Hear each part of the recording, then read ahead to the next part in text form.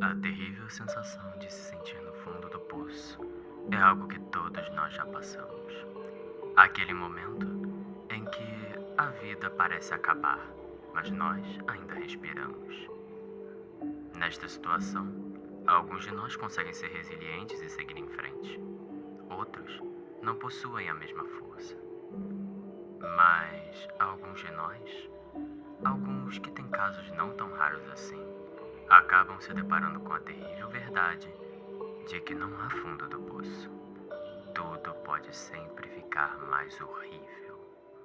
Olá, estimado invocador. Eu me chamo Aurelius Roosevelt, o fantasma de um nobre vitoriano. E hoje venho lhes contar mais uma coletânea de contos do mestre do terror, Junji Ito. Tal coletânea chamada de Fragmentos do Horror.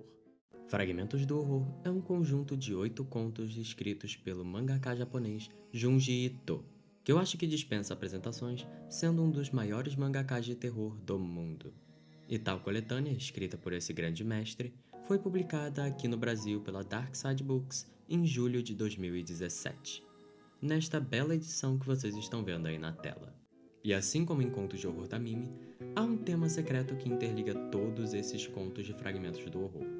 Mas, assim como no meu vídeo de Contos de Horror da Mimi, eu quero que vocês vejam o vídeo até o final e tentem descobrir qual é o tema. E dito isso, vamos direto para a primeira história dessa antologia tenebrosa.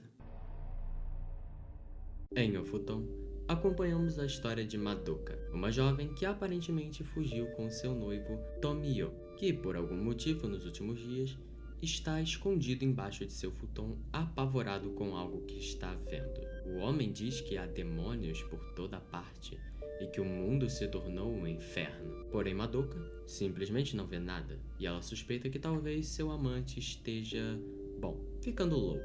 E ao consultarmos a memória da jovem, vemos que ele já está assim faz um certo tempo. No começo, ele só se escondia debaixo do futon, mas saía para ir ao banheiro, para comer, mesmo que fosse de maneira apavorada. Agora, ele tem que usar fraldas e Madoka tem que servir sua comida no futon.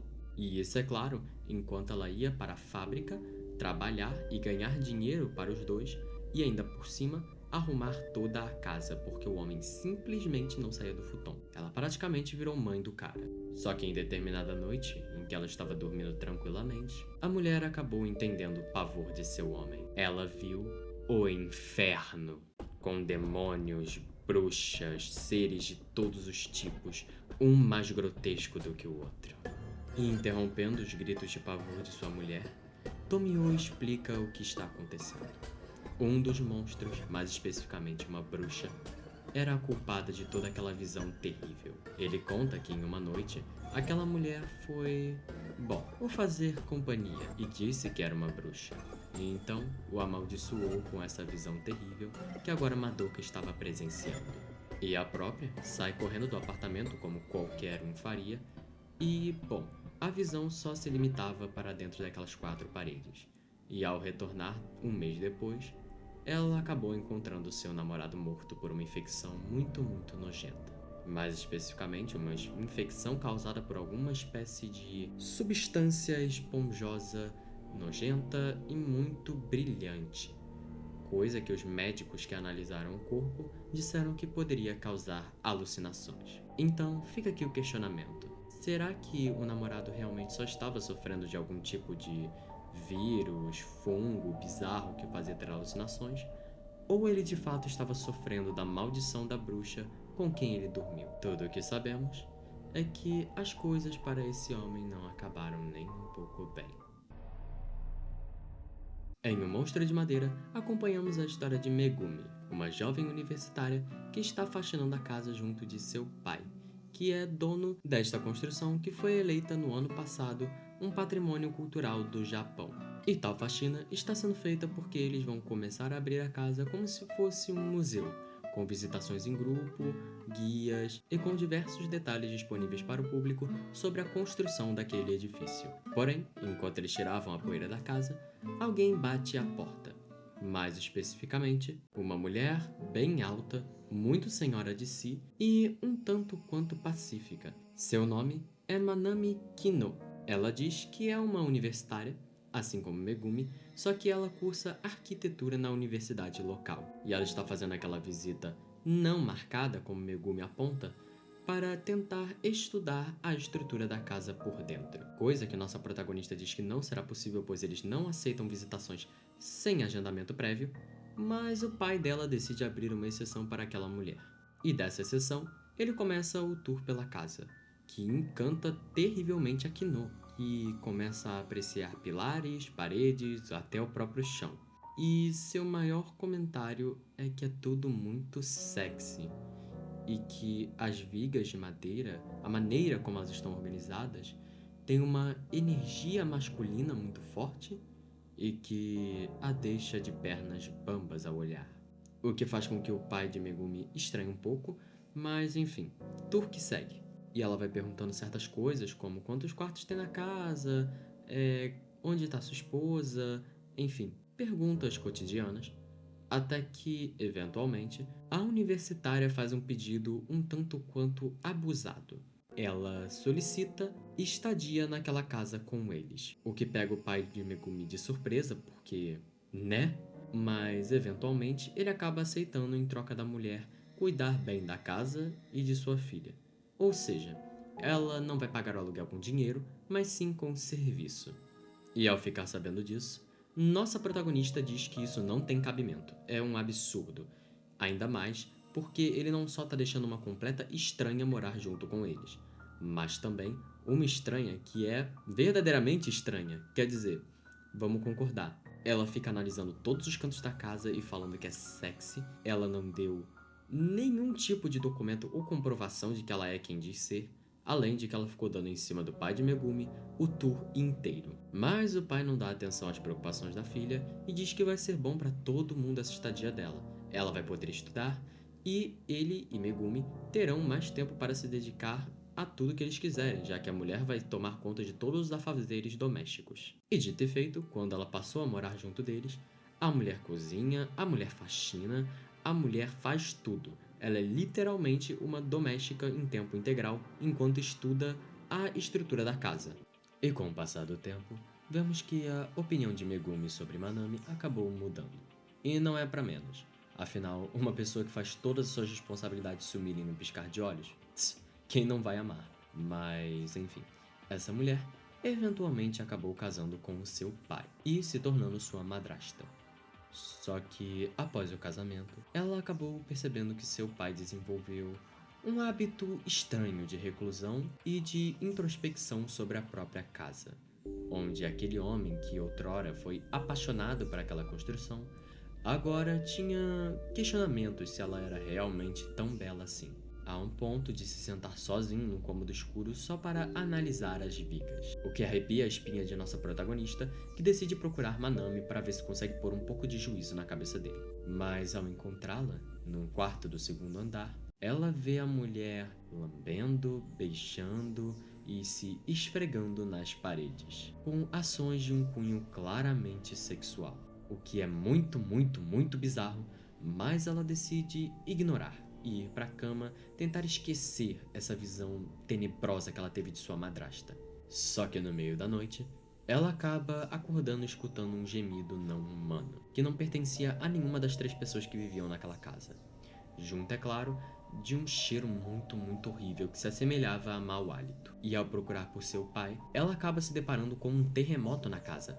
Então, ela começa a correr desesperada até encontrar o velho que está esfregando o chão, no meio de um terremoto. Vocês não ouviram errado. E ao olhar o que ele estava esfregando, ela acaba vendo vários e vários olhos pintados, e o homem revoltado porque haviam vandalizado um edifício histórico. Só que, eventualmente, eles acabam percebendo que aqueles olhos não são pinturas. Eles são reais, olhos feitos de carne, que estão agora espalhados por todo o piso, vigas e tudo que compõe aquela casa que é feito de madeira. E, ao seguir os olhos, eles acabam encontrando a fonte dos gemidos e do mau hálito. Um buraco luminoso que se assemelha muito com uma boca. E então eles percebem que sua casa, outrora de madeira, agora havia se feito carne, e eles estavam dentro de um ser vivo. Desesperados, eles gritam por Manami para fugir daquele lugar, mas ao encontrarem a mulher, a veem agarrada numa viga de carne com olhos.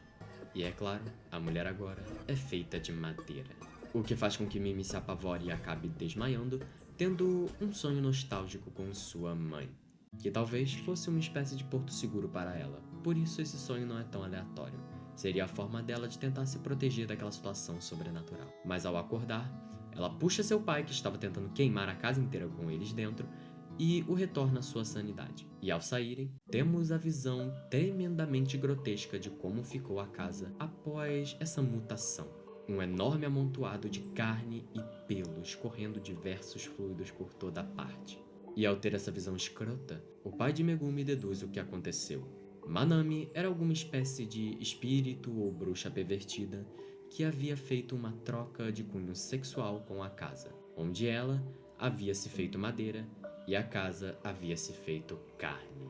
E agora, os dois são um em uma comunhão sexual profana e nojenta.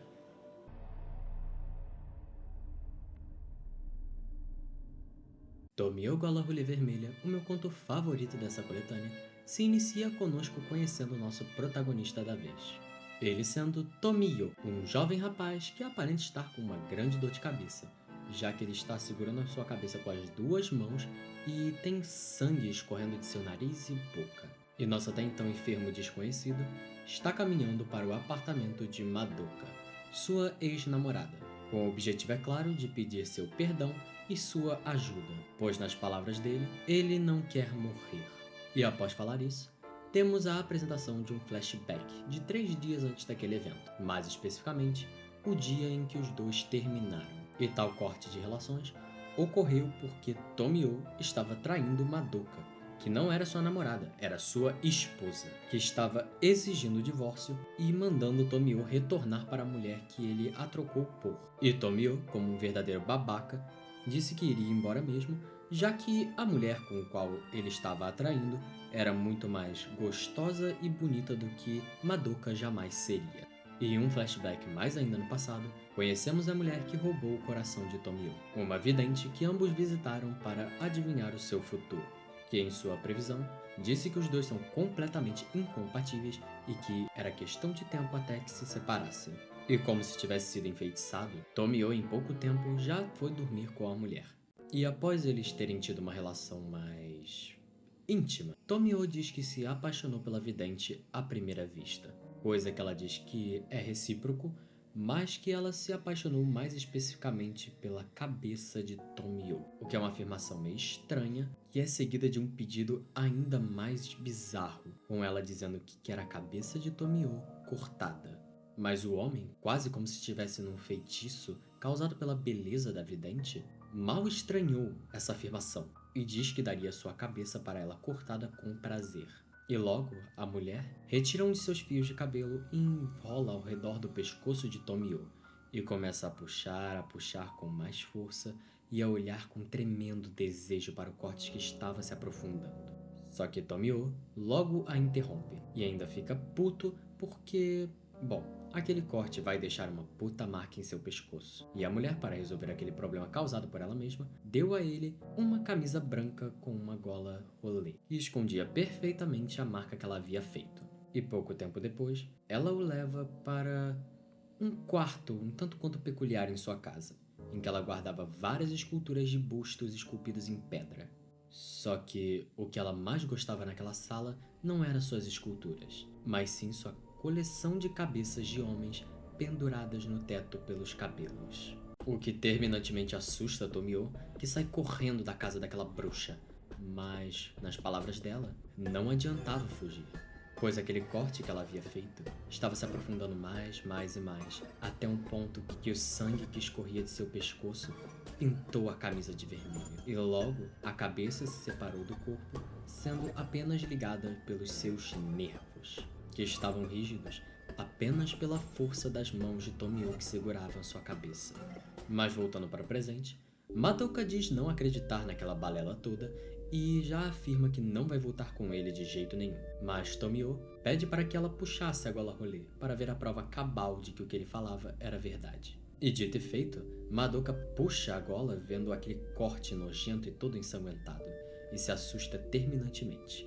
E logo, Tomio vai entrando na casa, berrando por socorro e pedindo verdadeiramente a ajuda de Madoka, que mesmo assustada, ligou para a ambulância e reportou o ocorrido, e pediu para que Tomio se sentasse para esperar a ajuda médica. Só que durante o processo de se sentar no chão, Tomio perdeu o equilíbrio e acabou deixando sua cabeça sair, mas rapidamente, pela força da gravidade, ela voltou exatamente para o mesmo local, e Tomio permanecia vivo de alguma maneira. Mas, independentemente disso, a ambulância finalmente havia chegado, e quando Madoka foi atender, ela viu a bruxa na porta, que afirma que a ambulância não vai vir e que ela está ali para pegar o que é dela por direito. E com um sorriso sádico, a mulher se aproxima de Tomio, pega uma carta de tarô, mais especificamente a carta da morte, que tem vários significados dependendo da leitura, mas, gente, é óbvio que Junji Ito não está brincando com simbolismos muito profundos aqui. Ele simplesmente está dizendo que a bruxa quer a morte de Tomio. E nessa intenção, em uma brincadeira sádica, aquela mulher começou a passar lentamente a carta por dentro do corte no pescoço de Tomio, numa cena tremendamente agonizante que Madoka não aguenta ver. Logo ela pega uma frigideira e ameaça a bruxa, que sabe muito bem que a ex-mulher dele não vai prosseguir com esse ataque, porque se ela chegar perto, ela pode muito bem causar um ricochete forte o suficiente para arrancar a cabeça de seu amado. E logo, a bruxa ignora Madoka e prossegue com suas brincadeiras sádicas, dessa vez pegando uma barata de seu bolso e enfiando no intervalo entre a cabeça e o pescoço.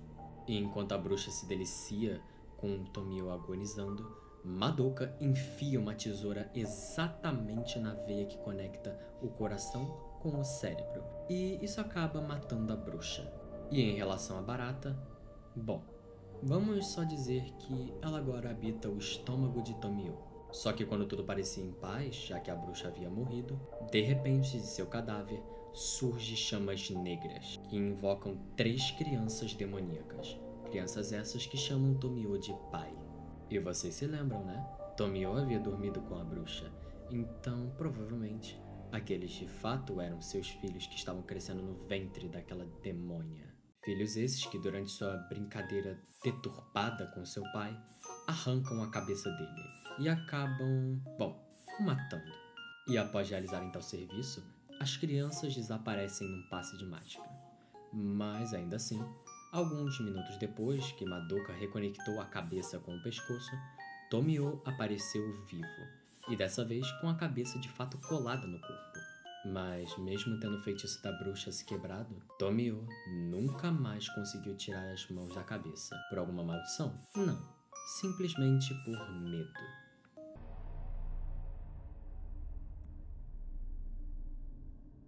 Suave a Deus, começa conosco conhecendo a relação de nossa protagonista Riko com seu pai, que segundo ela nesta reflexão, foi o homem que a criou sozinho, já que sua mãe morreu muito cedo. Mas mesmo assim, ambos possuíam uma relação de amizade muito forte. Mas por algum motivo, Riko morria de medo desde pequena de seu pai a deixar por conta do falecimento. Tanto que ela tinha diversos pesadelos recorrentes com a morte de seu pai. Tais sonhos que permanecem até hoje na vida adulta de Riko, que agora está prestes a se casar com Makoto Tokura, um rapaz relativamente jovem da mesma idade de Riko, que pertence a uma família muito tradicional japonesa. E já na fase em que ambos eram recém-casados, Riko foi morar com Makoto e o resto de sua família em sua grande mansão. Porém, mesmo após o casamento, e mesmo Riko sendo muito educada com todos os membros da família, o pai e a mãe de Makoto são bem indiferentes com ela, assim como seus avós. Mas quem quebra esse vínculo de grosseria com ela é a irmã mais nova de Makoto, chamada de Tomoka, que, assim, deve ter por volta de uns 7 anos de idade e é uma menina muito gentil, que já recebe nossa protagonista perguntando se pode chamá-la de irmã. Uma gracinha de menina. Mas independentemente deste tratamento que nossa protagonista está recebendo da família, devido ao fato de que Makoto casou com ela, mesmo a família sendo contra, ela é apresentada pelo seu marido aos seus bisavós, os mais velhos patriarcas desta família, que são um senhor e uma senhora de idade bem velhos, que não falam muito, mas pelo menos não os recebem com grosseria, assim como a família nuclear de Makoto.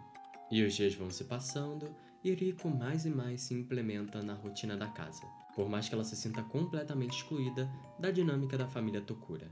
E num dia aleatório, enquanto ela caminhava pelos grandes corredores da mansão, ela acaba se deparando com uma visão muito estranha. Um fantasma de uma senhora muito idosa a encarando. E quando ela foi correndo pedir ajuda aos bisavós, os dois também pareciam ser fantasmas.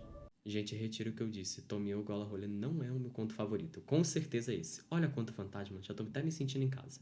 Mas ao Riko pedir explicação ao seu marido sobre aquilo, ele diz que não são fantasmas, para minha infelicidade, e que aquela senhora que ela viu a encarando era a sua trisavó, que já tinha em torno de 125 anos. Mas ela não estava exatamente viva. Aquilo que vimos era uma imagem residual, que nós vemos em primeira mão, que é 1 ano depois daquela conversa, quando o avô de Makoto acabou morrendo. E em seu funeral, toda a enorme família Tokura se juntou para fazer uma oração muito específica, que perante o túmulo do Sr. Tokura, acabou o trazendo de volta. Mas não era exatamente ele. Aprendemos aqui que a família Tokura tem uma habilidade muito especial, que ao uma pessoa morrer, eles têm a habilidade de, numa espécie de ritual coletivo, trazer aquela pessoa de volta. Mas não é perfeitamente aquela pessoa. Eles são capazes de criar uma imagem residual daquele ser humano a partir da memória que todos compartilham dele. Ou seja, é como se eles criassem um espírito baseado nas memórias de todos ali daquele parente. Não é aquela pessoa, mas sim como todos se lembram dela. E é importante também comentar que essas imagens residuais não são permanentes. Em 20 anos, elas começam a desaparecer, num processo de esvaimento. E quanto mais tempo se passa, mais transparente e mais fracas essas imagens residuais vão ficando. E ao conhecer o segredo da família Tokura, Riko faz um pedido para o seu marido. Ela pede para que criasse uma imagem residual de seu pai, pois as imagens residuais têm como seu objetivo principal tornar o luto mais fácil de se lidar, pois você teria 20 anos para ficar com aquela pessoa, para se despedir, ou pelo menos com a imagem do que você lembrava daquela pessoa. Então Riko quer aquilo para ter mais tempo com o seu pai, coisa que Makoto diz ser difícil porque a família não abre exceções, mas ele vai tentar pedir para seus pais. E na noite em que tal pedido acontece, os pais dizem que é um absurdo, que não há cabimento e nem sentido em tal pedido. Tal conversa sendo interrompida por Riko, que pede de joelhos desculpa por ter sido tão presunçosa em fazer um pedido tão grande. E ela esquece a ideia de criar uma imagem residual de seu pai. E enquanto ela chorava num quarto, a doce Tomoka foi a confortar, como uma verdadeira irmã mais nova. Só que, ao tocar sua face, Riko acaba percebendo que Tomoka também é uma imagem residual. E ao questionar seu marido, ele diz que sua irmã mais nova Tomoka há 10 anos havia adoecido e morrido, e que agora quem vivia na casa com eles era apenas a lembrança que eles tinham daquela doce menininha. E em paralelo a essa conversa, vemos a sogra de Riko chorando, percebendo que a menina está começando a desaparecer. E com o passar dos anos, Riko acabou passando a participar dos rituais como uma verdadeira Tokura, e o bisavô e a bisavó acabaram desaparecendo. Mas ninguém se importou muito porque todos já haviam se despedido adequadamente deles. E é claro, Riko passou todos esses anos tentando se integrar mais e mais à dinâmica da família, tentando mais e mais conquistar os seus sogros. Que não deu muito certo, mas enfim. Durante um dia que Makoto estava indo para o trabalho, ela foi entregar o seu almoço e acabou presenciando seu marido cometendo adultério. E na noite do mesmo dia, ela foi o confrontar sobre aquilo. E ao perguntar o que ele pretende fazer, ele diz que pretende se casar e viver com aquela mulher, o que deixaria Riko revoltada, dizendo que ele não pode a deixar. Mas Makoto diz que não vai deixá-la, que ele não vai ter que se separar dela, e Riko não entende nada daquilo. E no meio de uma discussão interrompida por um tapa do babaca do Makoto, ele revela seu grande segredo para Riko, que ela é, e desde o começo dessa história, sempre foi uma imagem residual de sua esposa. Que há 10 anos, a verdadeira Riko Tokura sofreu um acidente, foi atropelada por um caminhão. E, mesmo com os pais não concordando, ele conseguiu convencer todos os familiares pedindo de joelhos para trazer uma imagem residual de sua noiva. Nossa protagonista não acredita naquela balela, mas, enfim, Makoto a leva para o seu túmulo e ela percebe que de fato é uma imagem residual. E logo, ela decide abandonar os Tokura. Não havia mais sentido em permanecer naquela casa, já que em 10 anos ela iria desaparecer. Então, ela se despede da pequena Tomoka, que a essa altura já é irreconhecível enquanto um ser humano, parece só uma nuvem prestes a se dissipar, e volta para a casa de seu pai, agora feliz, porque seu pai já está muito idoso. Então ela só se pergunta qual dos dois vai desaparecer primeiro.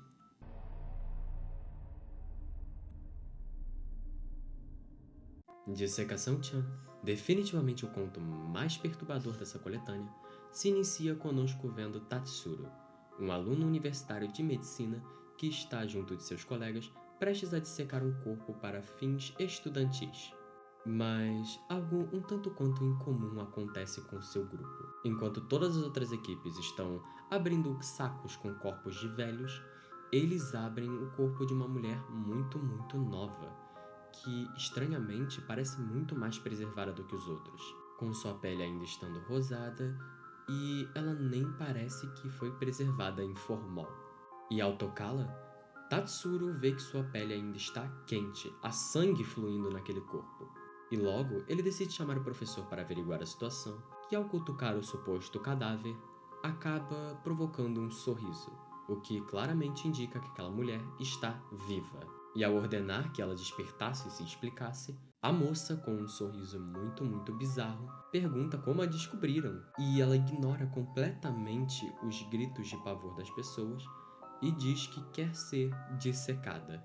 Logo, o professor diz que vai chamar a polícia e essa mulher muito estranha pega seus panos e sai correndo do hospital completamente nua.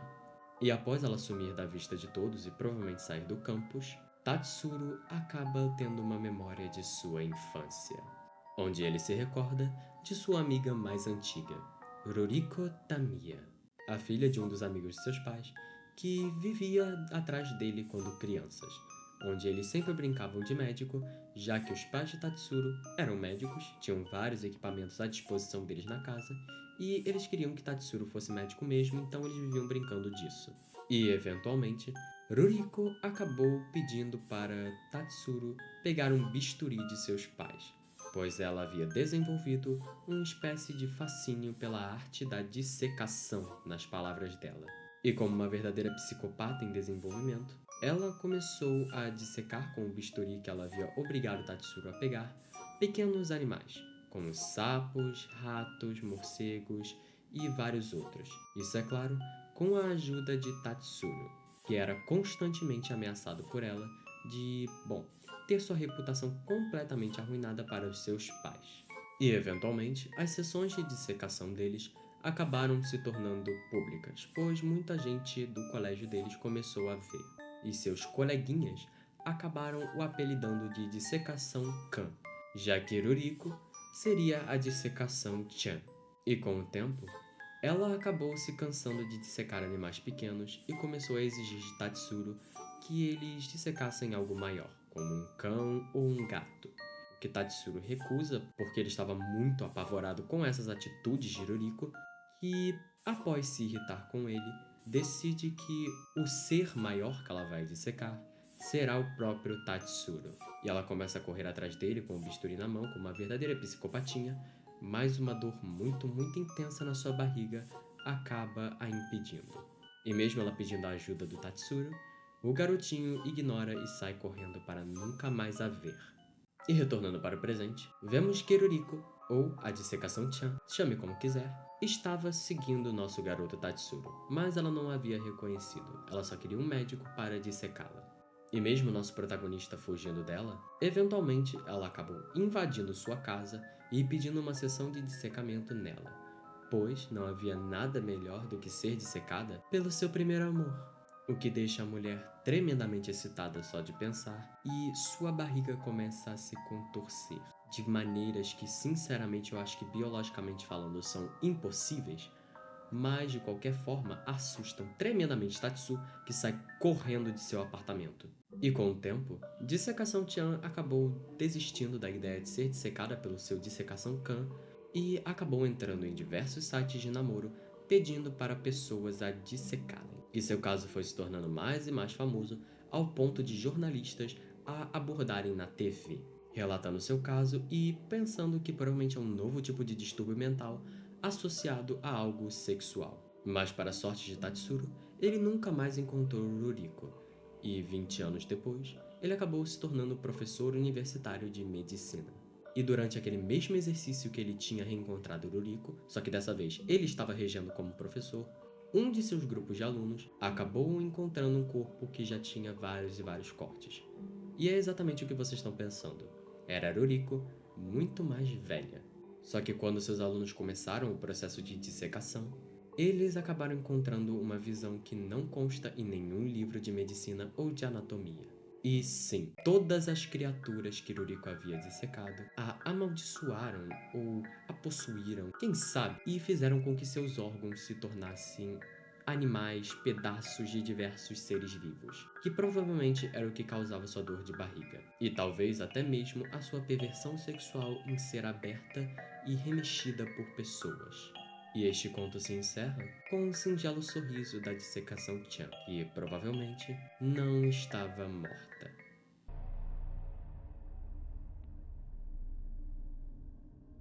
Pássaro Negro se inicia conosco vendo Kumi, nossa protagonista da vez, que está numa trilha em uma montanha de sua região para observar os pássaros. E durante a caminhada, ele acaba se deparando com uma visão um tanto quanto esquisita. Ele vê um homem, com as pernas claramente quebradas, pedindo sua ajuda, pois ele não conseguia mais andar e estava naquele estado já fazia dias. Kumi rapidamente liga para a emergência e acompanha junto da equipe de resgate o homem para o hospital. E ao chegar lá, descobrimos que o nome do homem é Shiro Moriguchi, de Tóquio, e que ele estava naquela situação já fazia um mês. E ao ser questionado de como ele havia sobrevivido um mês largado no mato, ele diz que racionou a comida e a água que levou para sua caminhada. Tal resposta sendo seguido do questionamento a quem o hospital deveria avisar que ele estava bem, se ele tinha algum amigo, namorada, família a quem pudesse relatar sua situação. Coisa que Shiro responde que não tem ninguém próximo. E então, o doutor responsável por ele informa que, por mais que as pernas tenham cicatrizado, elas cicatrizaram de uma maneira bem correta, então ele dormirá no hospital para na manhã seguinte fazer uma cirurgia de correção simples. E algum tempo depois, quando os oficiais da polícia e o doutor deixaram seu quarto, ele e Kumi ficaram a sós. E nesse momento, Shiro fez um pedido um tanto quanto estranho para nosso protagonista. Ele pediu para que Kumi dormisse com ele no hospital no dia. O que ele acha meio esquisito porque, quer dizer, eles nem se conhecem, mas nosso protagonista aceita porque o homem talvez esteja com algum complexo ou alguma parada pós-trauma.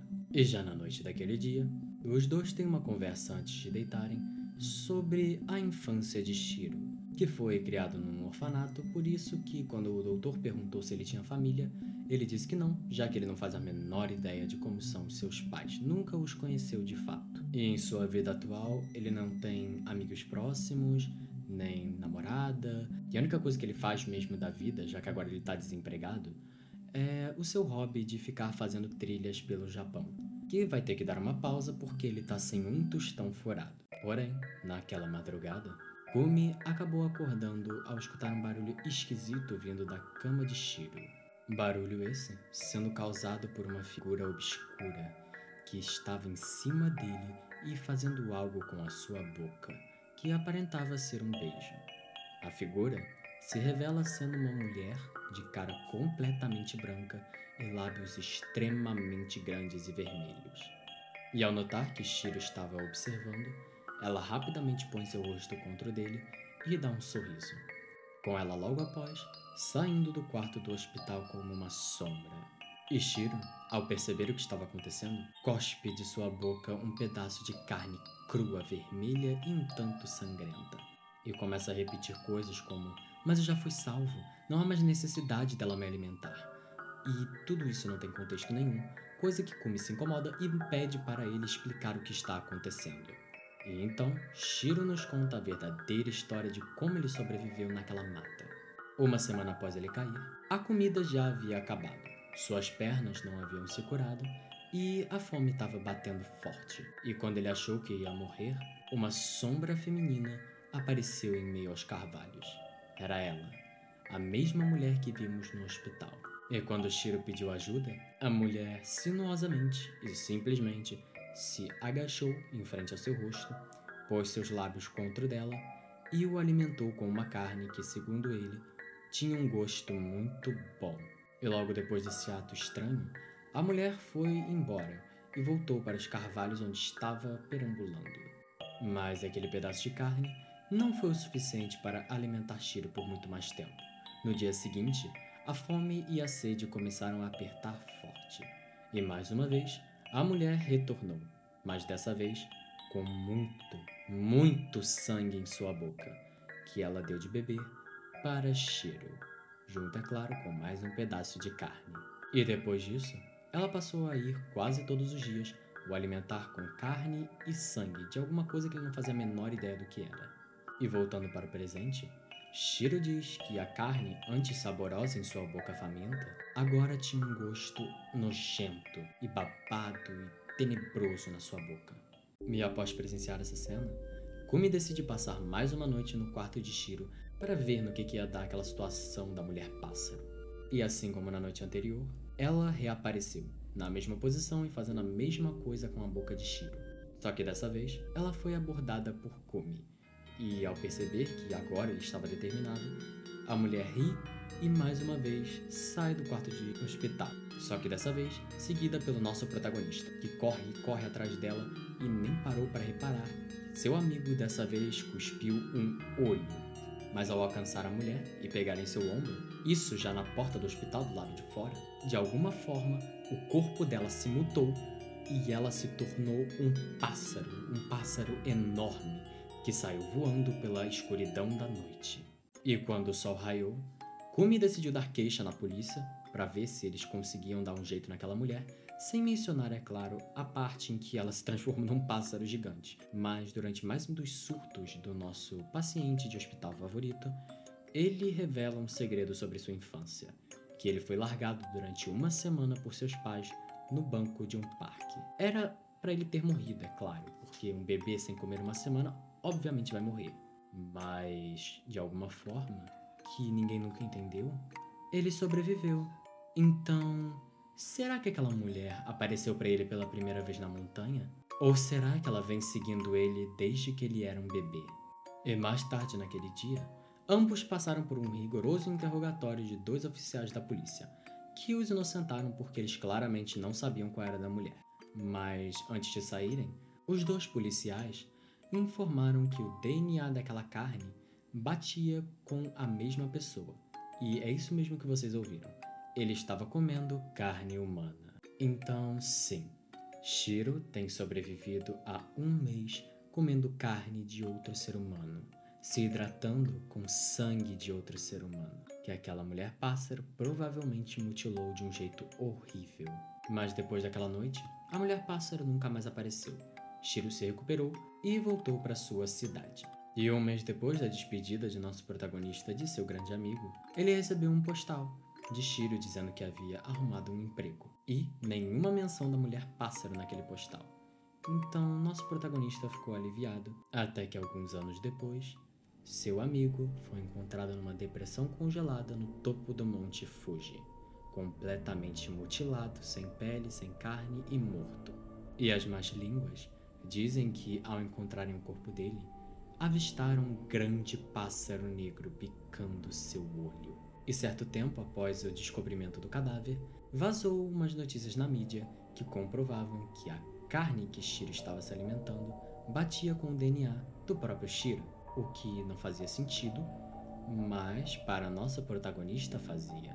Que aquele pássaro negro que se transformava em mulher tinha também a habilidade de viajar no tempo, ou seja, aquela carne era a carne de Shiro o tempo inteiro, que estava agonizando na montanha todos os dias, enquanto a mulher pássaro arrancava pedaços de sua carne todo santo dia, viajava no tempo e entregava para Shiro comer em diferentes partes de sua vida.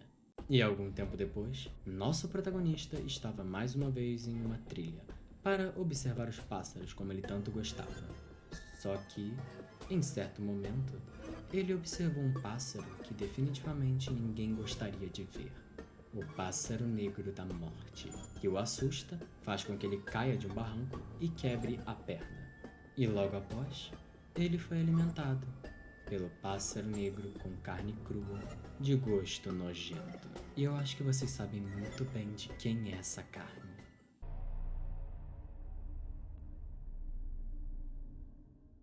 Magami Nanakusa, e não perguntem sobre o meu rosto, se inicia conosco conhecendo a verdadeira Magami Nanakusa pelos olhos de uma de suas fãs. Acontece que ela é uma grande escritora em ascensão, escritora de romances tremendamente bons. Segundo, claro, a sua fã obcecada, que é a nossa protagonista, Kaoru Koketsu, uma mulher solitária e um tanto quanto jovem que sonha em ser escritora, já que Magami Nanakusa a inspira a se tornar como ela, pois Kaoru está tremendamente viciada em seus romances e, mais especificamente, tremendamente viciada nos personagens da senhorita Nanakusa, que tem tiques e formas de agir tremendamente únicas, como ela mesma está aprendendo a imitá-los. Mas nem tudo são flores, pois nossa querida Kaoru, mesmo almejando ser uma escritora, nunca conseguiu escrever uma linha sequer para iniciar suas histórias.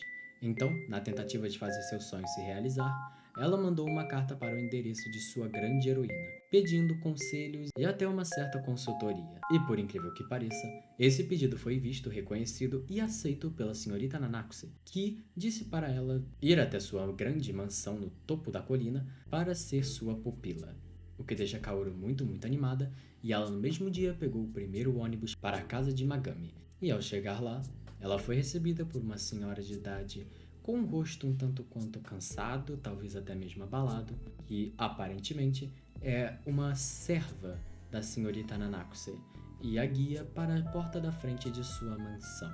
Mas mesmo amedrontada, Kaoru não se deixa desanimar e prossegue para dentro das portas da mansão da senhorita Nanakusa, que, diga-se de passagem, é um lugar um tanto quanto peculiar, com diversas coleções de esculturas, vasos e vários outros artefatos, mas enfim, isso não importa. O que importa é que Magami Nanakusa está sentada na sala da frente.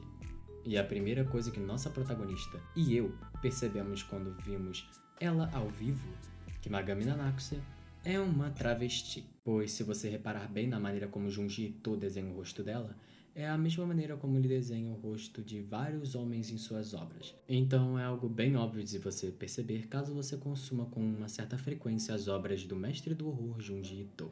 Mas enfim, voltando para a história, a senhorita Koketsu já chega babando o maior ovo pela senhorita Nanakusa e diz que é uma honra ter ela analisando o seu trabalho, que ela é muito fã de todos os seus personagens incríveis e únicos e blá blá blá blá blá, só para ser interrompida pela grande mestra, que, bom, em poucas palavras, esculachou ela.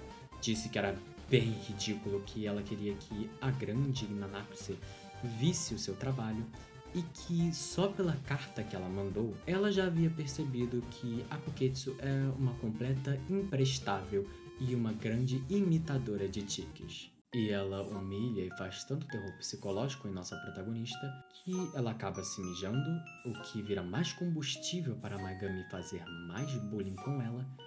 E então, para terminar, ela acaba caindo no chão e choramingando. E em meio a risos e tiques nervosos que a Magami tem, ela parou tudo, pegou Kaoru pelo queixo e ofereceu uma bebida, que ela não recusou e foi junto da grande mestra para o seu bar pessoal dentro de sua casa, que é uma puta coleção de álcool de todas as partes do mundo. E então as duas começam a beber, e no meio de uma certa discussão de bêbado, Kaoru acaba desmaiando depois de arrancar a peruca de Magami, decide que Kaoru tem potencial e manda sua serva a trancar no calabouço. E depois disso, vemos uma reunião da grande mestra Nanakusa com o seu editor, E mais uma vez vemos um tique nervoso estranho dela, que ao entregar o manuscrito do mês, ela amassou inteiramente todos os papéis que compunham a sua obra. Mas por algum motivo, o editor não ficou irritado, muito pelo contrário, ele parece até que gostou. E na noite daquele mesmo dia, vemos uma reunião que Magami teve com os grandes nomes da cidade que habitava. E aparentemente, ela ser uma escritora de sucesso trouxe muita grana para a cidade. Então todo mundo meio que baixa a cabeça para ela. E em meio a tantos homens que Junji Ito parece fazer questão de demonstrar que são patéticos, Nanakusa tem vários tiques nervosos durante a reunião. Tiques esses que são imitados por todos ali. E fica uma coisa muito bizarra com todo mundo puxando o dedo, cheirando alto com o nariz, balançando cabeça, enfim, coisas bizarras. Mas no dia seguinte, Kaoru acordou de sua bebedeira, trancafiada no que parece ser um calabouço subterrâneo. Em meio à escuridão das celas, ela vê seus colegas de prisão, todas pessoas completamente enlouquecidas, com tiques nervosos muito fortes. E em meio a esse caos, a mestra Magami reaparece e explica que todas as pessoas ali só desenvolveram tiques comuns perante a loucura de estarem presas numa prisão completamente escura, e que nenhum desses tiques que eles desenvolveram satisfez a grande mestra para que ela pudesse escrever sua próxima grande obra. Mas ela completa dizendo que viu potencial em Kaoru, que talvez ela pudesse desenvolver um tique que a satisfazesse. E ela vai embora, ignorando os pedidos de ajuda de Kaoru, dizendo que seu próximo grandioso livro será a imortalização de sua alma. E vai se passando mais e mais tempo lá embaixo, Kaoru lutando contra a insanidade e os tiques nervosos que ela estava desenvolvendo. E então ela bolou uma estratégia muito interessante. Ela decidiu ficar completamente parada para não desenvolver tique nenhum. Isso, é claro, enquanto ela tentava aguentar a agonia descontando em seu rosto, puxando-o de frustração. Mas, eventualmente, alguns dias depois, ela acabou chamando a atenção da assistente e da mestra, pois ela era a única prisioneira que estava completamente parada fazia muito tempo. E ao visitar sua cela, Nanakusa conclui que ela está viva, pois tem pulso naquele corpo, ela só está completamente petrificada.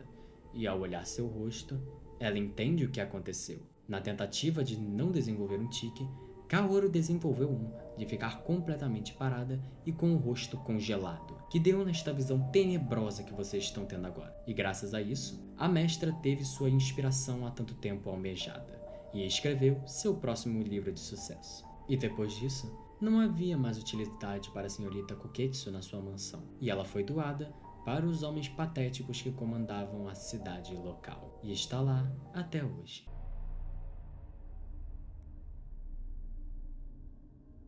A Mulher que Sussurra, o último conto dessa coletânea, se inicia conosco conhecendo nossa última e mais icônica protagonista dentre todas essas histórias, a indecisa Mayumi, a única filha do grande magnata Shigeki Santo, que tem um transtorno mental muito único. Ela é extremamente indecisa nas menores decisões da vida cotidiana, não conseguindo nem decidir se vai levantar ou não da cama de manhã e entrando em pânico por conta disso. Ela não sabe se pega primeiro o garfo ou a faca na mesa, ela não sabe se ela deve pentear o cabelo de um jeito ou de outro, e tudo deixa ela em tremendo pânico. E na tentativa de assisti-la, o pai contratou diversas cuidadoras para tomar as decisões por ela, mas nenhuma delas aguentou tomar as decisões pela menina durante 24 horas seguidas, e todas saíram correndo daquele emprego ingrato. Mas certo dia, mais uma candidata à vaga apareceu, essa sendo Mitsu, uma senhora lá pelos seus 30, 40 anos, que estava apta para o serviço, mesmo com o Sr. Santo contando sobre as últimas, que são suas predecessoras, tendo desistido por os mais inúmeros motivos. E no primeiro encontro entre as duas, mediado pelo Sr. Santo, já nos deparamos com um dos surtos de Mayumi, que está em dúvida se deve se sentar, se deitar, de costas, de bruço, ou se deve se sentar no chão, dobrando os joelhos, e enfim, vocês sacaram como é que funciona. E Mitsu, mesmo um pouco intimidada, lida com a situação de maneira bem calma, se aproximando de Mayumi e falando para se sentar na cama, falando para se recostar como quando senta na cadeira. E aos poucos ela foi passando por cima de todas as questões de Mayumi e a acalmou, a privando de seus surtos. E logo ela a conduz para um passeio no jardim que dura o resto do dia inteiro. Então, sim, a mulher lidou com aquilo como uma profissional e aceitou a vaga. E após um mês de serviço, o Sr. Santo acabou conversando com seu assistente pessoal sobre o progresso que Mitsu estava fazendo com sua filha, dizendo que ela é a assistente que permaneceu durante o maior período de tempo e que tem realizado os maiores feitos, como levar Mayumi para comer fora, comprar roupas ou colher flores. Ela é de fato a que tem se saído melhor até agora. Porém, isso é um pouco assustador sendo olhado de fora, já que ela ter a força mental para aguentar a natureza anormal de Mayumi é muito bizarro. E ela faz isso sem reclamar, sem trazer nenhum tipo de negligência para a menina. E os dois constatam que ninguém sabe muito bem quem essa mulher é, não entendem nada da vida pessoal dela. E na noite do dia em que houve essa tal constatação, o pai acabou solicitando que a mulher tirasse um dia de folga. Porque é aquilo, tem gente que reclama da escala 6x1, mas a mulher estava na escala 7x0. Ela ia trabalhar todo dia lá e tinha uma cara exausta. Ela não tirava uma folga nunca e estava no serviço às 8 da manhã até tarde da noite. Mas Mitsu rejeita a folga. Ela diz que esse emprego, ao lado de Mayumi, é algo que a completa, deixa sua vida mais clara. Porém, durante essa fala, o Sr. Santo acaba percebendo que ela tem uma marca roxa bem grande na sua bochecha direita e a questiona sobre aquilo, e a mulher desconversa e vai embora cambaleando como sempre. E 2 meses depois dessa conversa, vemos que Mitsu permanece no trabalho. E dessa vez, o Sr. Santo tem 100% de certeza que há algo de muito errado com essa Mitsu, pois o trabalho dela com Mayumi já tem ultrapassado a barreira do normal. Pois além dela estar obviamente exausta, ela permanece indo ao trabalho e permanece o executando com perfeição. E, além de tudo isso, ela tem trazido sorte para a nossa garota, que de alguma maneira tem conseguido feitos como escolher a quantidade certa de pão para comer no café, a quantidade correta de flores para enfeitar a casa, ou até mesmo evitar um acidente de caminhão. Mas nada disso é tão bizarro quanto a visão que temos agora, de como a senhorita Mitsu tem guiado a filha dele. E a partir de agora, gente, não tem como dizer que não tá rolando alguma coisa aqui, pois a mulher parece mais um encosto fantasmagórico do que uma simples assistente, sussurrando as instruções e sendo quase invisível. Se você ignorar, parece que Mayumi está ali sozinha. Mas, enfim, ninguém consegue ignorar uma coisa plantada atrás de alguém. E Yamaoka, que se eu não mencionei, é o nome do assistente pessoal do Sr. Santo, trouxe um dossiê completo da vida pessoal de Mitsu, que, segundo ele, informa que ela é solteira, mas mora de aluguel com um rapaz.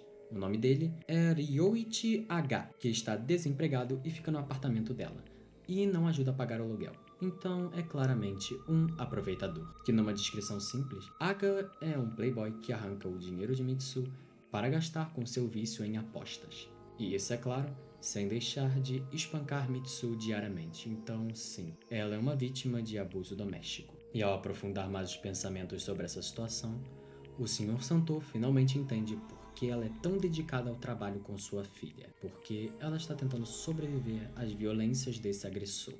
E mesmo com o assistente sugerindo que eles fizessem algum tipo de intervenção, Santo pensa que talvez, se eles a salvarem daquele abusador, ela não vá trabalhar e se dedicar a Mayumi mais. Talvez ela abandone sua filha.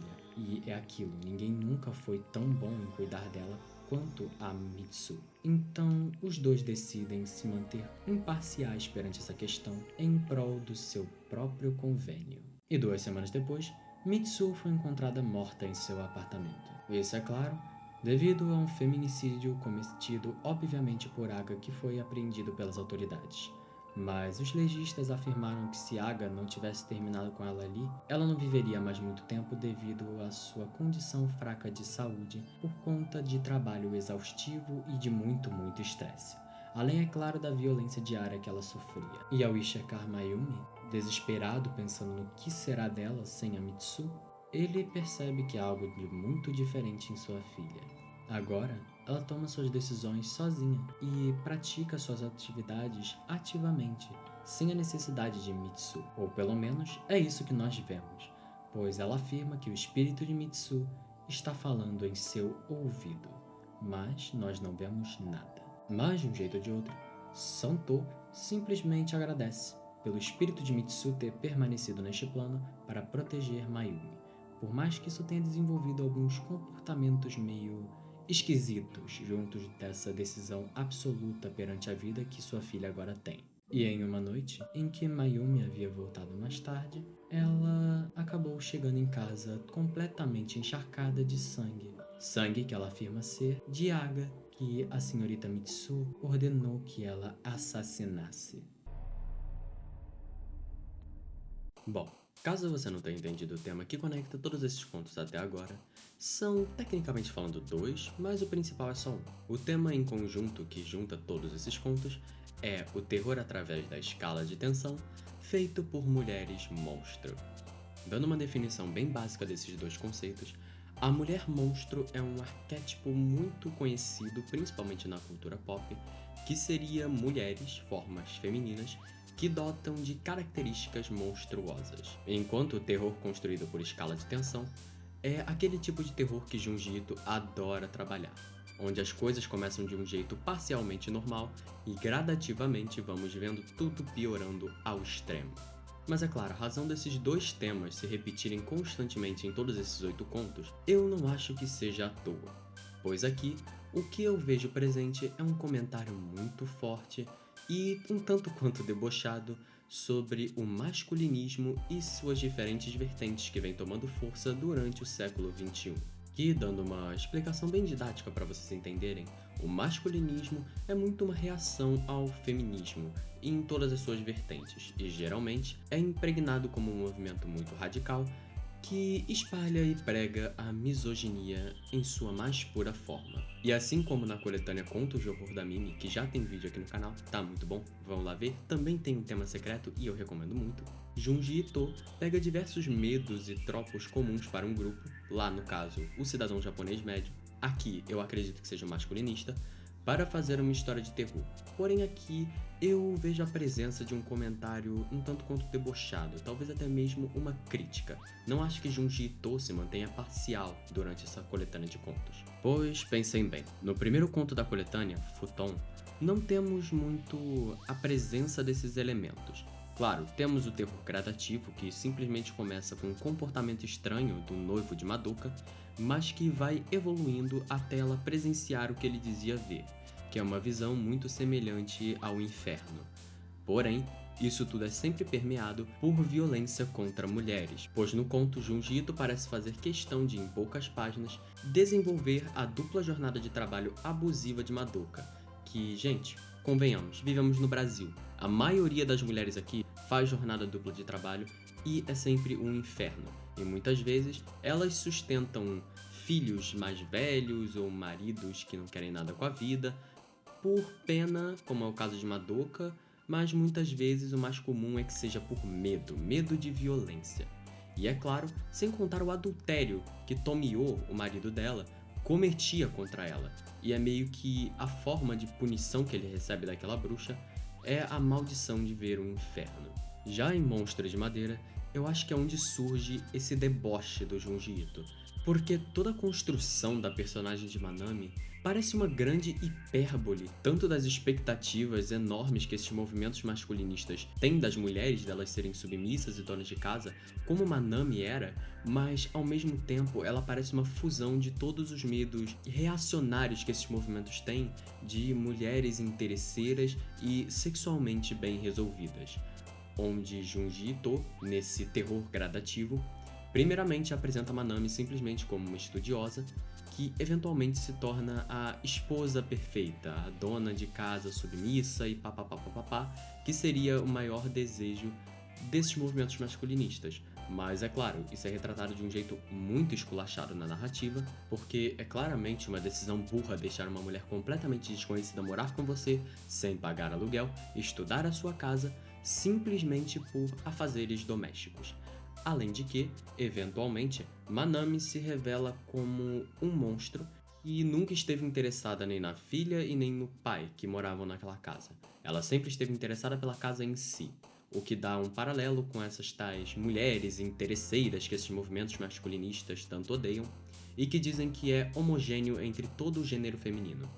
Porém aqui é onde eu vejo que Junji Ito dá uma debochada mor desses movimentos, porque, pensem bem, o que ele tá dizendo aqui, com essa mulher literalmente tendo relações sexuais com uma casa, é praticamente: vocês acham que essas mulheres são interesseiras? Então tá, elas são mesmo. A real é que elas nem gostam de você, elas te acham feio, elas te acham broxa, elas não querem nem trepar com você. Elas estão apaixonadas mesmo pelas suas posses, é pelo seu carro, é pelo seu telefone, é pela sua grana, e no caso aqui, é pela sua casa. Elas estão apaixonadas pela sua casa. Então, elas vão fazer romance com a sua casa, elas vão se casar com a sua casa, elas vão trepar com a sua casa, mas com você elas não querem nada. Elas querem se casar, quer pôr um anel nas vigas da tua casa. E convenhamos, é um comentário engraçado pra cacete. Já Tomio, Gola Rolha Vermelha, dá a dica logo em seu título, onde não temos aqui a bruxa arranca a cabeça ou o Gola Vermelha, nós temos um destaque para o nome do homem,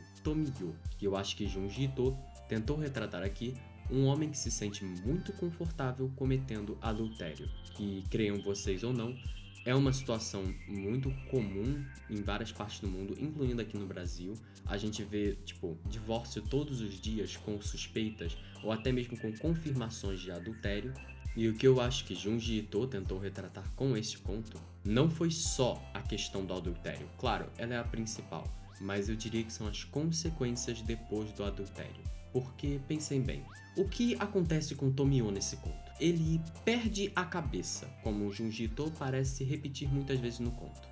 Eu não sei se a expressão perder a cabeça, ou em inglês lose your head, tem uma versão em japonês.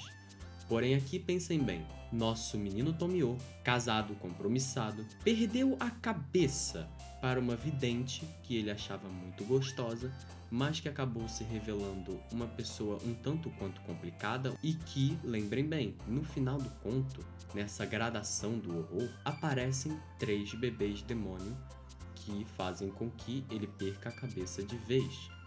Então, assim, não parece meio aleatório esse detalhe dos bebês? Então, aí é que tá. Será que o comentário aqui não seria Tomio sendo uma representação dos homens que fogem de sua responsabilidade? Talvez a bruxa e os bebês fossem uma representação de uma segunda família dele, que ele teve por acidente, estava perdendo a cabeça, e ele só recupera a cabeça quando se livra dessa segunda família acidental. Além, é claro, de vermos mais uma vez uma mulher, no caso a esposa de Tomio, sofrendo de um marido abusivo, um babaca que a traía pelas costas. Já Suave a Deus tem um comentário muito baseado na sua personagem principal, pois Riko, após se casar com Makoto, se torna a esposa exemplar nesses caráteres masculinistas, já que Makoto era de uma família muito tradicional japonesa, então o comum era as mulheres serem submissas e donas de casa, coisa que Riko se esforçou ao máximo para ser, para poder agradar os seus sogros e o resto da família inteira. Mas ela nunca conseguiu. E sim, é porque ela era uma imagem residual, a família não simpatizava muito com ela por conta disso.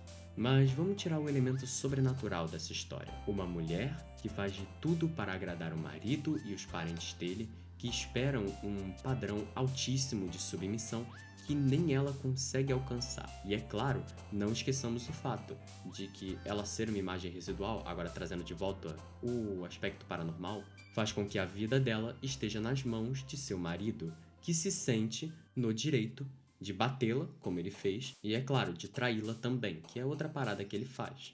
Então esse conto é mais como o do Futon, ele serve mais para espalhar tropos e elementos para nós irmos pegando na narrativa. Porque eu sei que o que eu tô falando aqui parece muito aleatório, mas enquanto você tá lendo, você vê várias coisas se repetindo. Você vê adultério, violência contra a mulher, mulheres monstro, que é um tópico que eu quero voltar mais tarde. Então, quando você vai pegando esses tropos, você vê uma violência quase que sistemática contra mulheres nesse livro, e você vê que talvez as mulheres monstro que tenhamos aqui não seja coincidência que todos os monstros aqui são mulheres. Talvez elas estejam querendo te passar alguma mensagem. Mas voltando. Em Dissecação Chan, Temos uma mulher completamente enlouquecida com uma tara sexual bizarra de ser dissecada. Eu acho que o comentário um tanto quanto feminista de Junji Ito está presente na libertinagem sexual da dissecação Chan, porque, gente, pensem bem. Vamos tirar o elemento da dissecação de dissecação Chan. Eu sei, parece irônico, mas enfim. Vamos tirar esse elemento e vamos dizer que é só uma mulher com uma vida sexual um tanto quanto ativa. Se nós observarmos por esse lado, parece muito um comentário debochado, assim como no Monstro de Madeira, que o nosso mestre do horror está fazendo aqui. Parece muito um comentário do tipo: vocês têm medo de mulheres com vida sexual ativa, que são bem resolvidas com o seu corpo? Vocês têm medo dessas pessoas? Então tá, tenham medo. Tenham medo, porque uma mulher que recebe a educação sexual devida pode desenvolver taras bizarras, como ser dissecada. Vocês querem uma mulher querendo se dissecar? Não, vocês não querem. Por isso que vocês têm medo de mulheres que transam. Vocês morrem de medo de mulheres bem resolvidas com seu desejo. Porque é isso daí que elas são. Elas são doidas, que querem ser dissecadas. E sabe o que elas têm por dentro? Elas têm bichos grotescos, porque mulher não presta, né? O que ligaria com o elemento sexual da história. Porque eu não acho que seja por acaso que a tara de dissecação seja muito associada ao sexual e não com qualquer outro sentido ou desejo que nós possamos ter. Já em Pássaro Negro, o comentário está novamente intrínseco ao monstro e sua construção narrativa, pois a mãe pássaro, como eu vou chamar aqui, é uma grande alusão a mães pássaro, as mães que nós temos que são abusadas por esse tipo de movimento masculinista, onde aqui, pensem bem, o elemento tanto da alimentação boca a boca e tanto da viagem no tempo não estão aqui por à toa. Eu vejo o elemento da viagem no tempo se encaixando aqui como essa mãe arquetípica que nós temos aqui cuida desses homens, né? Porque quando nós vemos ela atacando, ela só ataca homens. Nós vemos que ela cuida desses homens desde pequeno e ela é atemporal. Ela aparece em todos os períodos de sua vida para cuidar e salvar desses homens. E já o elemento do boca a boca, que muitas vezes é retratado como algo sexual, o que fica muito estranho nesse contexto, graças ao Junji Ito, eu vejo que é como a tara da MILF, que é algo muito comum nesses movimentos masculinistas. Eles parecem ter uma visão de suas mães que se encaixa muito no complexo de Édipo de Freud, que praticamente consiste na ideia de que todo garoto adolescente, quando está crescendo, uma hora ou outra se apaixona por sua mãe, mas o pai serve como um intercessor dessa relação. E essa libido reprimida acaba se desenvolvendo com o garoto e, eventualmente, em sua vida adulta, ele seria sexualmente atraído por mulheres que lembrassem, mesmo que inconscientemente, a sua mãe. E isso é muito comum nesses movimentos masculinistas, de eles terem taras por milfs e essas paradas junto com mulheres submissas e a esposa exemplar. E eu acho que esse elemento sexual na mulher pássaro estaria presente por conta disso. Porém aqui há uma subversão de que a mulher pássaro, diferente das mães idealizadas por esses movimentos masculinistas, ela não dá, ela apenas tira e entrega em determinados momentos. Por isso que todos têm um preço a pagar ao se aproveitar dessa mãe. Já em Magami Nanakuse, eu diria que o comentário aqui é duplo, pois eu sinto que Junji Ito está atacando tanto a transfobia presente nesses modos de viver masculinistas, tanto quanto o medo de mulheres exóticas e diferentes, que no fim são apenas mulheres que se sustentam sozinhas. Pois aqui temos Magami Nanakuse, uma travesti que, assim gente, o machismo e o masculinismo sempre estiveram intrinsecamente atrelados com a queerfobia, pois tudo que não for másculo é geralmente detestado e inferiorizado por pessoas com esse tipo de mentalidade. E pessoas trans sempre foi um campo muito queimado e detonado por essas ideologias um tanto quanto problemáticas. Então eu acho que o fato de Magami Nanakuse ser uma travesti não é à toa. Eu acho que o comentário aqui é que o grande monstro da história ser uma travesti seria o grande medo que esses homens têm do próprio desejo que eles sentem pelas travestis e por pessoas trans em geral, e talvez até mesmo por outros homens. Eu diria que a própria construção de Magami Nanakuse e sua identidade enquanto travesti é um grande comentário de Junji Ito sobre a autorrepressão sexual que muitos desses homens presentes nesses movimentos fazem consigo mesmos, de não aceitarem em si a atração sexual que eles sentem e desenvolverem melhor a sua sexualidade.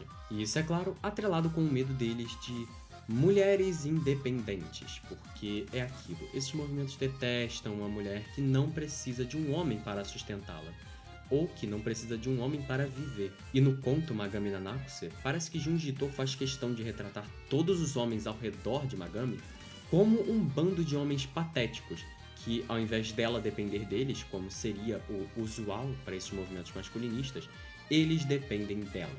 E é claro, Junji Ito também a retrata como sendo uma mulher muito exótica, cheia de tiques e papapá, mas a real é que eu sinto que é mais um deboche, já que todos esses tiques que Magami faz são mostrados e quadrinizados de uma maneira muito cômica. Então seria mais uma forma de deboche do tipo: vocês têm medo de mulheres independentes, você tem medo de mulheres alternativas no seu conceito? Então tá, toma-lhe. Toma-lhe. Você tem medo de travesti? Toma-lhe. Você tem medo de mulher alternativa? Tome-lhe. Você tem medo de mulher que se sustenta sozinha? Tome-lhe. Já em A Mulher que Sussurra, eu acho que tem um grande comentário sobre violência doméstica e sobre os primórdios do movimento feminista. Porque, pensem bem, Mitsu, desde o começo da história, era uma vítima de abuso doméstico. Isso era claro desde sempre pela sua cara exausta. E a situação dela completa literalmente todo o bingo de uma mulher sendo abusada dentro de casa. O homem pegando seu dinheiro, a obrigando a trabalhar, a fazendo-o sustentar, fazendo cuidar de sua casa, a espancando e no final, nas últimas consequências, a matando, cometendo um feminicídio, que infelizmente é algo muito comum no nosso país, onde a cada 2 horas uma mulher morre em território brasileiro. E eu acho que a história de Mitsu acaba retratando muito bem essa violência contra a mulher. Mas também, o encerramento da história faz um comentário que eu acho interessante. Pois eu não sei se vocês se lembram bem, mas Mayumi sempre diz que o espírito de Mitsu está falando em seu ouvido. Mas, diferente de todas as histórias do Junji Ito, nós não vemos o espírito aqui. Nós não vemos o monstro aqui. Só podemos acreditar na palavra de Mayumi, que está falando sozinho. Então, eu acho que o motivo dele não retratar o espírito aqui, eu não duvido que ele exista na história. Mas o motivo dele não ser retratado, eu sinto que é porque, talvez, eu acho que ele quisesse deixar a brecha de que não há nenhum espírito. Talvez durante seu período de trabalho na mansão da Mayumi, Mitsu acabe tendo comentado com Mayumi sobre Aga, o seu agressor, e até que ponto essa menina mais jovem não absorveu as mágoas daquela mulher mais velha, cansada, abusada e que trabalhava ao extremo e que no final teve sua vida tirada por um covarde. Até que ponto esse ódio passou de uma geração para outra? Assim como, nos primórdios do feminismo, nós vimos que mulheres na Segunda Guerra Mundial tiveram que sair para trabalhar em fábricas, pois os homens estavam todos na guerra. E quando eles retornaram, elas tiveram que retornar às suas casas e viver uma vida de doméstica. E desde então, uma grande depressão se espalhou pelas mulheres daquela época. E filhos e filhas dessas mulheres cresceram com suas mães deprimidas, com suas mães cansadas, com suas mães abusadas e que não aguentavam mais aquele estilo de vida. E daí surgiu uma nova onda do feminismo, que lutava em nome daquelas mulheres que tinham sido privadas de sua vida.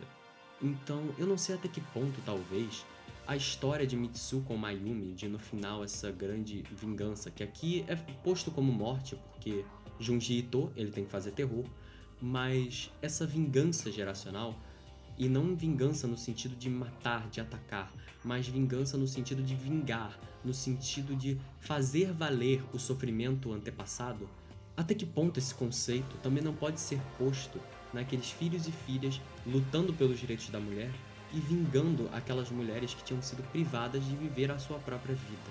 Eu acho que a história de Mitsu com Mayumi representa muito bem isso. Mas enfim, eu acho que eu já falei demais por hoje. Esse vídeo com certeza vai passar de 1 hora. Mas enfim, concluindo, eu acho que Fragmentos do Horror de Junji Ito é uma grande história sobre a violência da mulher. E os monstros aqui seriam uma representação dos maiores medos de quem comete essa violência. E Junji Ito faz questão de retratá-los como homens patéticos, que é o que eles verdadeiramente são. E, é claro, eu não posso encerrar esse vídeo depois de fazer tantos comentários assim, sem deixar o Disque Denúncia contra a violência da mulher. Se você está sofrendo, por favor, denuncie. Se você conhece alguém que sofre, por favor, denuncie. O número tá aí na tela. Não tenha medo, você não está sozinho. Mas, enfim, eu acho que por hoje é isso. Bye bye!